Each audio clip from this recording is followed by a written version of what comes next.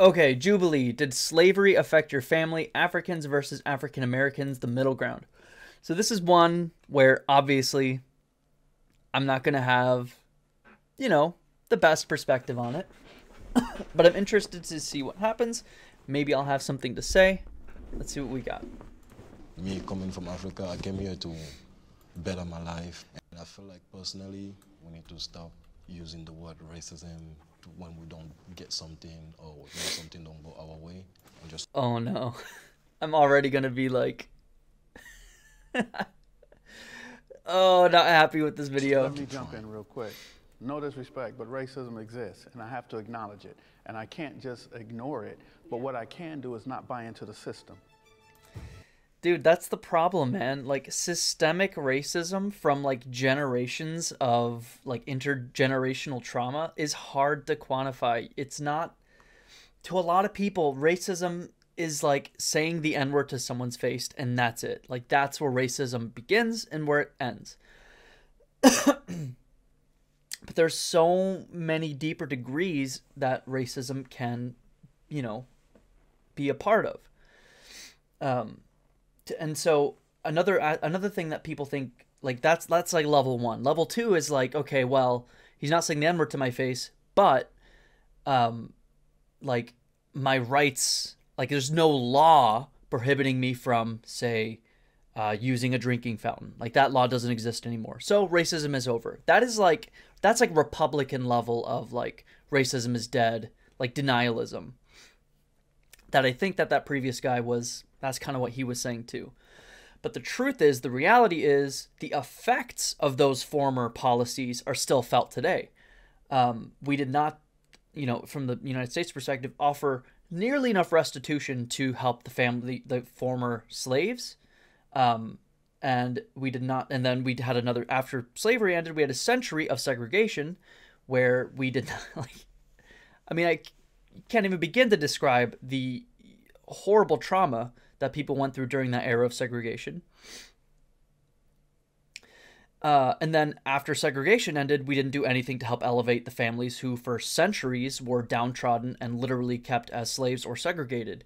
And so now here we are 50, 60 years later, and we're still feeling the effects of slavery, still feeling the effects of that segregation, Jim Crow era, which there are people still alive who lived through that, who are themselves facing the effects of slavery still.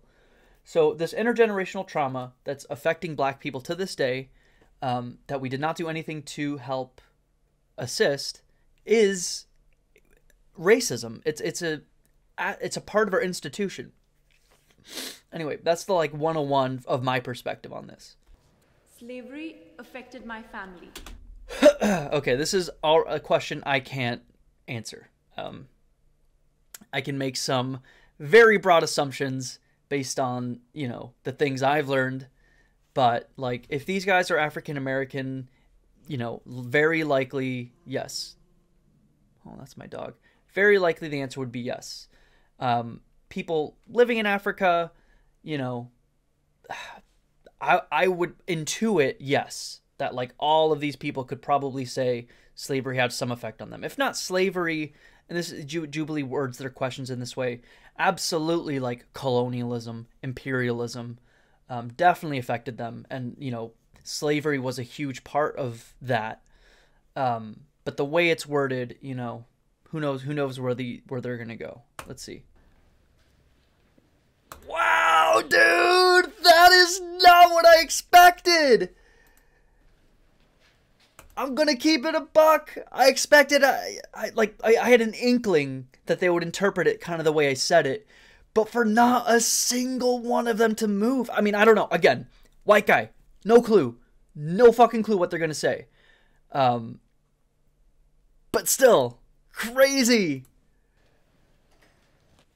Yeah, I mean, that's just evident in my last name, King. I mean, that's the brand of the slave owner that put that name on my family all those years ago, and I'm still wearing it in those ways, along with the compounded, you know, economic disparity, social disparity. Let's go. Yeah, Kai fucking knows what's up. I mean, all these guys, everyone's gonna know what's up, I assume. But Kai, yeah, I agree with what Kai's saying here. trauma, all of that. I mean, it's, Sorry. you know, economic disparity, social disparity, mental trauma, all of that. I mean, it's tethered forever. So to go back to slavery and talk about post-traumatic stress disorder, it has never stopped. So there is no post. What my great-grandparents were teaching my grandparents, who taught my mother, who taught me, came from what they learned through slavery.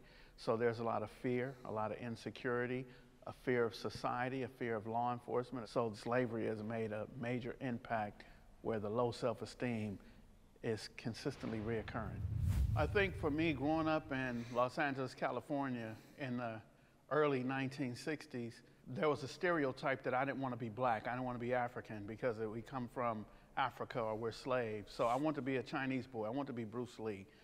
So growing up like that, I didn't like myself and who I was. I didn't like the color. That is so depressing to hear. Not to make it about myself, but I talked about this yesterday. As a child of immigrants, I felt a similar otherization, probably from a different, entirely different world, a different perspective than his. I acknowledge that, but I also felt like I didn't want to be myself. I wanted to be whiter. I mean, I look white. I'm very obviously white, but because I had, you know, parents from Eastern Europe, I didn't feel white, I guess, in that same way, American. So I don't know. Obviously, his is a completely different perspective, but there's kind of my, you know, relation Color of my to it. skin or the way that I spoke. So I emulated other people. I wanted to be something that I was not. It's very Yeah, I can saddening relate when to that you too. can literally only go back a couple generations, and then it's like the documents just don't exist. There's no record. It's like, you know, my family has completely been erased. In that same point too, in the time that we've been here, we've created an incredible culture, and we have so many things to be proud of. And I always reframe the narrative myself, and I speak of my ancestors that were enslaved as, you know, doctors and healers, and it's like, you know, we were taken because we were talented, Right. you know, because we had skills to offer. And we built this country, so, And still building. and still building, and that's something to take pride in, so. Can they disagree a step forward? I'm very curious to how they spin it, because I did say, you know, when the question was asked, like, maybe they would be like, either they don't know or, you know, we'll see. Slavery didn't affect my family, but we did suffer a different type of slavery back home. Like we went through colonization, like Okay, so it's on the same, a similar to what I said earlier. I am Bamileke. There was a massacre of Bamileke. You guys can like look it up. They killed like more than 300,000 of my people because we didn't want to assimilate to the French culture. So But it's still colonialism. nothing compared to what you guys' ancestor like been through. You know. I wouldn't want to minimize that pain, though. What you just said hurt me, that 300,000 people were killed because they would not conform to the colonization of the French people. So that is just as painful and hurtful as the trauma that we suffered here in America. I can't share the same experience that you have went through and your family, even though we also had our own type of slavery. We had apartheid at the time, you know, where the Dutch people took over and they wanted to just have South Africa, Namibia, and I think other countries where we could only just speak Dutch. It's somehow still happening even now. There's like a place in South Africa where it's called Orania, you know, and it's just Dutch people there. No black person is even allowed there. So we That's still crazy. somehow feel that oppression even now, but it's nothing compared to what your ancestral history, you know, has gone through. I'm somehow happy that you guys have forgiven it, even though you haven't forgotten it. Who said anything about forgiveness? What? Wait a minute. Hold on, pull that back. No, these takes, you know, in regard to, you know, the Africans and this question are better than what I was expecting it to be. Have you forgiven it? I mean, like your face, like. Okay, yeah, it's like, yeah. Yeah, okay, perfect. Yeah, they're like, forgiveness? Wait a minute. Hold up. But me personally, no, I haven't. Yeah. But I want to work through the change. But no, I have not forgiven because it's a system that's still going on. And from what I'm Fuck yeah, hearing from you dude. guys, there's a system that's still going on in Africa as well, and it's a war on us. Racism is the main cause of poverty among black people in America. Okay, interesting question. Racism is the main cause of poverty among black people in America.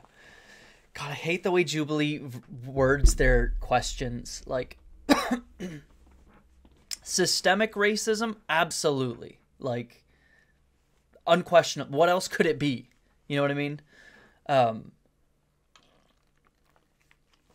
Like, what would a conservative, like a right-winger, say to this? Like, they would say, no, social welfare. Like, too much social welfare, too much support is the main cause of black poverty, of poverty in black people. And then, oh God, what else? They would say something else like black culture is an issue too. Like, those would be their big 2 points. Would be too much social welfare, and black culture. This vague notion of black culture. When really, no, it's the generational systemic racism that they've experienced since they've been forced to come to this country. That is the main cause of poverty.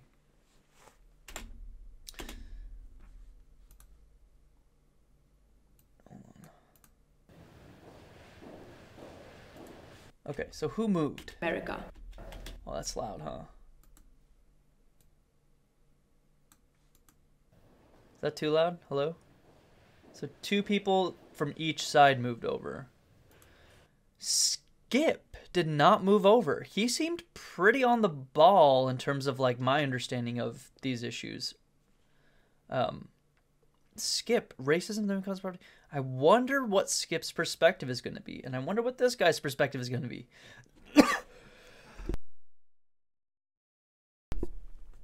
This is a very good question, framed in a kind of a crappy Jubilee way, but ultimately this is a very good question, and I'm very curious to hear these people's perspective.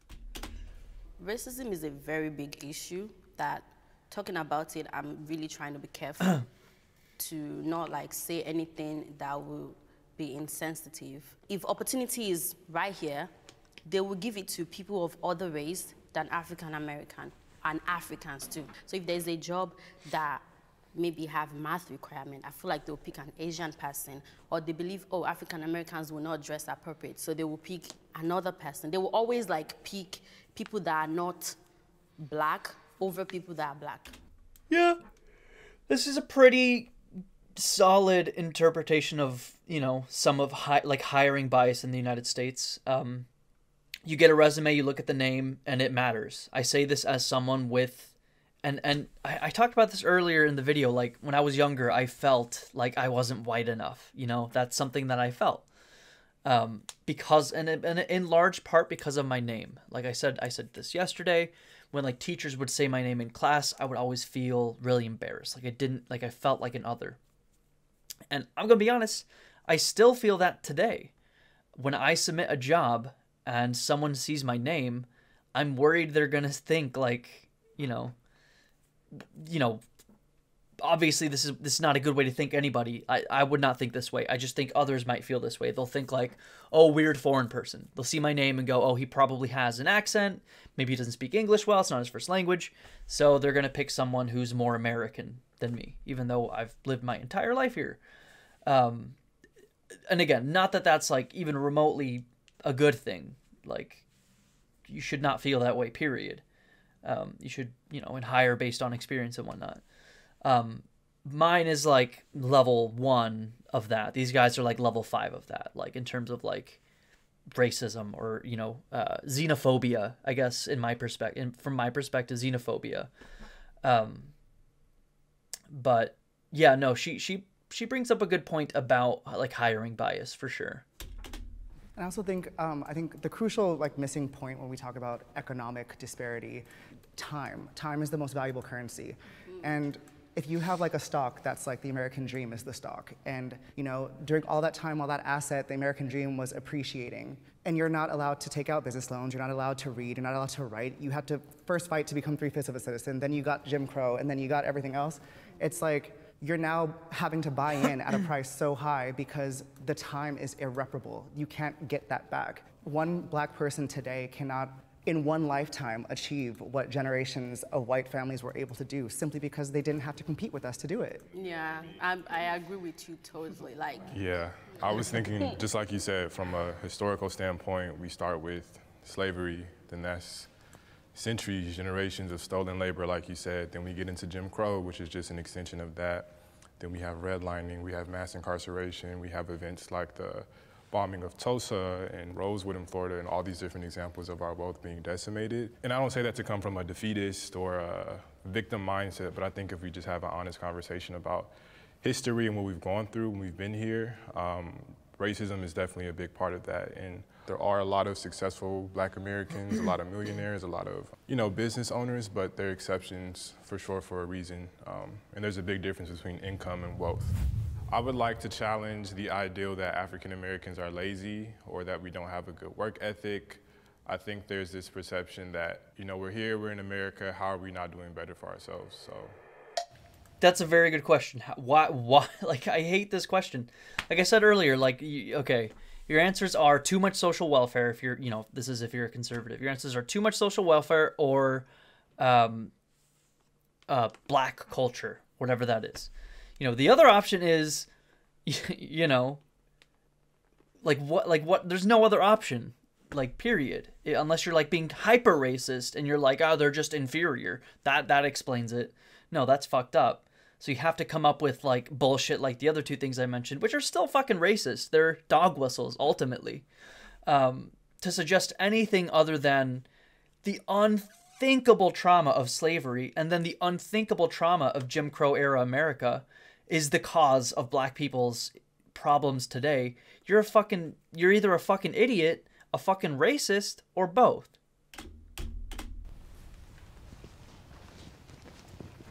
I thought I was gonna be the only one staying. I was gonna be like, oh, I'm about to be like Kanye West, but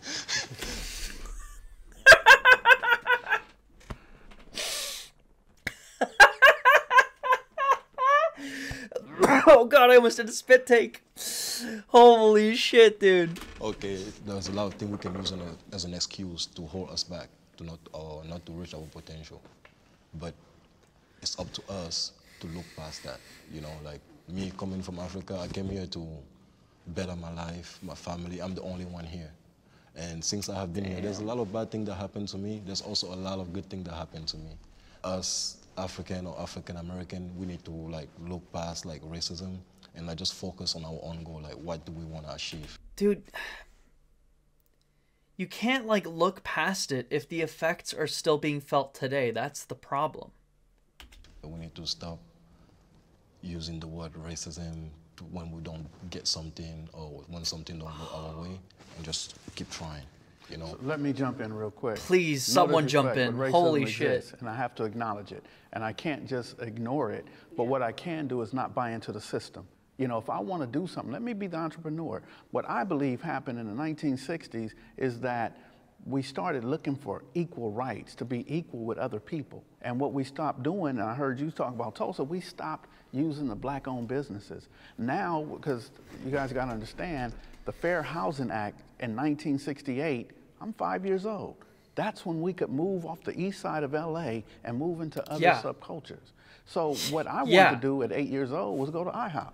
I didn't want to go to the Ma and Pa restaurant anymore. I wanted to go to, let's go eat at the hotels. So what we did is stop supporting each other and started supporting corporate America. So the racism plays a major Interesting part, perspective. but we don't have to buy into it. I've been waiting to disagree with you, my brother. I'm waiting patiently. The thing is, even though I want to disagree with you, I get where you're coming from. When I see Black people talking about racism, all that stuff, I'll be like, what is wrong with these people? You guys have food, you have EBT, all these things, and you're here shouting about somebody is racist too. Just leave that person and move on. Ooh. I feel that way. Like, why are they? Yeah, I think they hear racism and at least this person thinks like it's someone shouting to you the N-word on the street. Like that's not what the question is asking, really. It's framed in a shitty way to make you answer it in this way. But that's not what it's asking, really. They're always like complaining. But when Black Lives Matters started happening, like I sat down, I said, I need to actually know why these people are pained. And if we look at the history, what they've done to them, like if you actually sit down, watch some documentaries, how they were maltreated, I don't think if I'm actually Bonnie, I will forgive those people. I don't care. It's easier for us Africans that were raised in Africa to feel like they're complaining because we were raised through struggle. Like, I barely even have water, and you have water, you're complaining. But then, it's not about the basic necessity or about how we are raised. We are raised like, I don't want to say way better. We might not have resources, but there are some way, like our own people will not look down on us or put us behind. So it's in they're nurtured that way. Like, they just can't overlook it. And if you sit down and watch everything that the forefathers have been through for real, I changed my mind. No, they need to be angry. However, they should still move forward. I mean, we have police brutality back home too. True. We have, like, if you go to Cameroon and then you see how that police officer treat us, and they're black just like us, you're not even gonna believe it. You know, and in Cameroon we have this. Have you guys heard of the word like tribalism? So yeah, it happens in Nigeria. Yeah, so we do get oppressed too, and so when I'm saying like we need to like look past that, I'm not saying forget what happened to you guys or me. At the end of the day, we cannot just sit. You can't look past it if the effects are still felt today and no restitution was given. I'm sorry, I have to disagree with this guy here. And just grieve on the past. We have to be able to move on, but not forget. If I could choose a place to live, it would obviously be my country. I love my country, but right now, my country is not the best choice for me. There's a little genocide going on in Cameroon right now. So many innocent lives are being taken. If I was still in my country, the opportunity that I have here, I would not have those opportunities there. Hip-hop reinforces stereotypes about the black community. I'm too white to comment.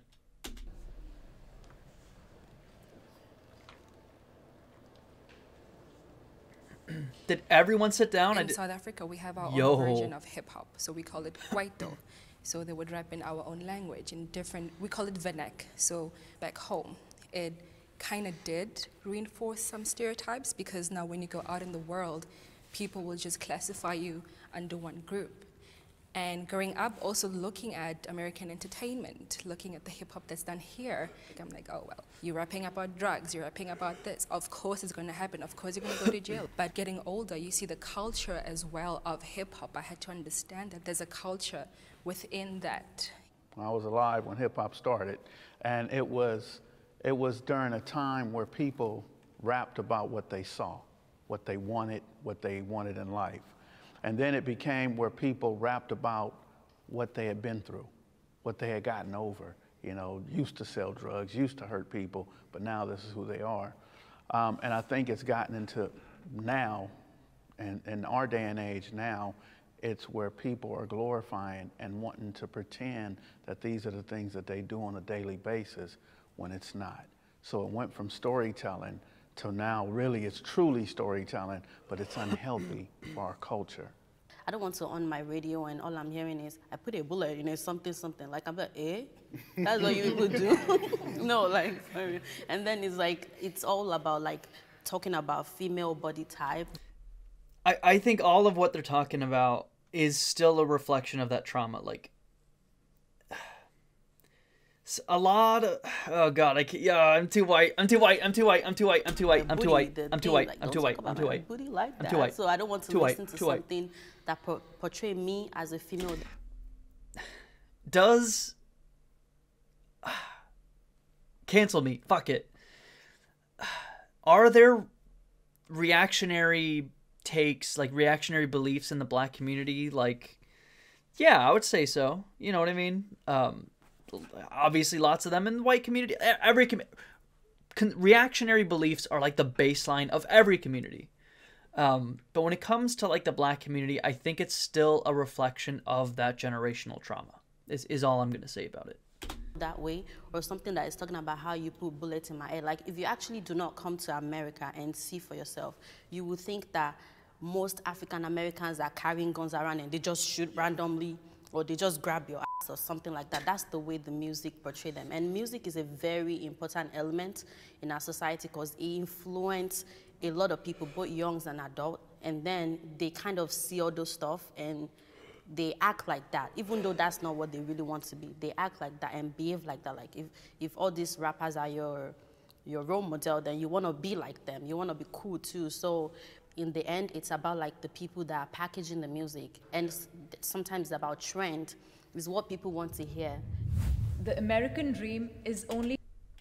Damn, what a loaded ass but good question. The American dream is only for white people.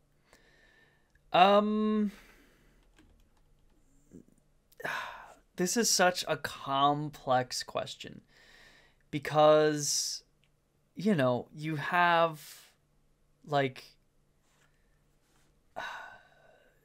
if you look at like USA income by rate, ethnicity, sure.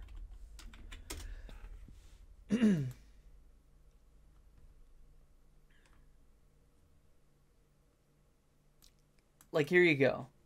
Asians typically do better than white people, you know, not non-Hispanic white people. Then you get a huge, like, at this median income, you're able to live a comfortable life in America. Obviously, if you're earning 100K, you obviously can live a comfortable life. Here we're approaching not quite as comfortable. You know what I mean? And a lot of these are like, you know, well, okay, so this is median. Never mind. But still, like, it isn't just for white people. These people were severely affected by colonialism in ways that a lot of Asian countries weren't. I thought this said Jordan B. Peterson Foundation. I was like, hold on, what website am I fucking on? But no, Peter G. Peterson is actually a pretty progressive organization. Anyway, it's not just for white people, but if your country was affected by white people, you're probably gonna have a difficult time getting that American dream. Let's put it that way. Yeah. Only for white people. Damn. Is that Skip? Oh, okay. I believe that the American dream is only for white people because it says equal. And when we talk about equal, there's no equality between the 1%, the Rothschilds, the Rockefellers, the Trumps, and the people who really run the media and things of that nature. So for black people growing up in America and living in America, we could become rich, we could become wealthy, but we are not on the equal playing field of white America. The system of white supremacy, which is in the law enforcement, Yes. which is Oh, in God, the yes. judicial system, which is in the prison industrial association, Yes, also dude. in the politics. We are not equal in any of those terms. Yep. Fucking spitting. Is he joining? When I was back there and when you were speaking, I started thinking, like, could we ever actually, as black people, have the American dream here in America? And I don't know if we really can, being... Not right now. I'm trying to be careful with my words, but I do think there needs to be... Not while these... a degree of separatism. Institutions still black exist. people, we really need to have our own to fully take part in that dream. This is their system. Why would we dream of being equal in a system that wasn't designed for us? The American dream, at least the way that I define it, is, you know, freedom of opportunity, freedom to choose what I want to do, freedom to acquire wealth the same way that anybody else can.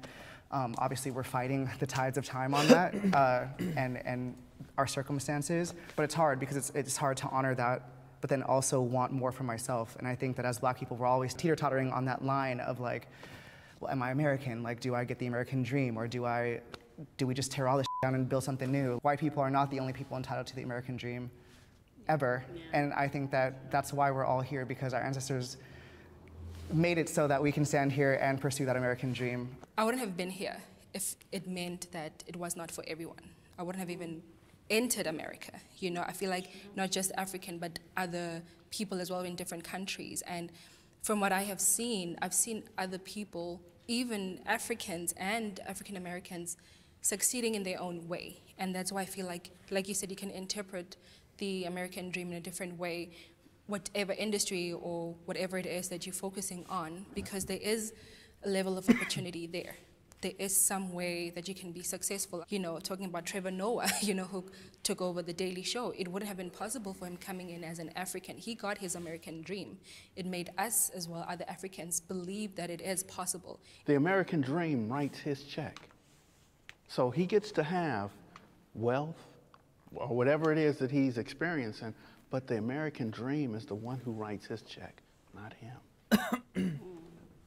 I agree with you. I agree with you. But do you see how we would put it as he had his American dream, even though someone writes his check? But for him, or for some of us looking at it on the other side, that's his American dream, because his goal was to get there. The biggest cultural shock I saw coming here was definitely the lifestyle, because the lifestyle I saw of America, especially Los Angeles, was portrayed as a very rich lifestyle. And of course, I came here as a student, and coming here, living here, and seeing the reality of it, seeing different homeless people, disadvantaged people, was really a cultural shock for me, because I didn't expect to see that. And I guess also the way people were handling each other, because coming in as an African, I thought people were together. But since being here, I saw that there was a huge divide, or there is still a huge divide within the African American community themselves. If he had stayed in South Africa, would he have had the same opportunity that he had here? No. No. Like, you know, so corporate is writing his check, but like us growing up, the reason we move here is because we don't have it better back home. Like me, like for me, I'm the first person ever in my family in America. Everybody else is back home. Everybody's depending on me. Like, all of them, my mom, she's dying to come here. Like, she's willing to do anything just for her to be in America. So for me, when I look at those like little things, I'm like, yeah, American dream is for everybody, you know? Like, yeah, we might not have the same opportunity as the white people, but there's still that little chance that a lot of us back home are willing to take just to get here. I trust law enforcement. I don't have a thing to say. All right, can the disagreeer step forward? Let's go, dude. Yeah, I mean, do I even have to answer this question? Like, I mean, Enforcement. I don't have a thing to say. All right, can the disagreeer step forward? I'm gonna say just these three are gonna move forward. I think these three are gonna hold back, just like the first time. No, god damn it. Okay, I mean that's a good sign in my opinion.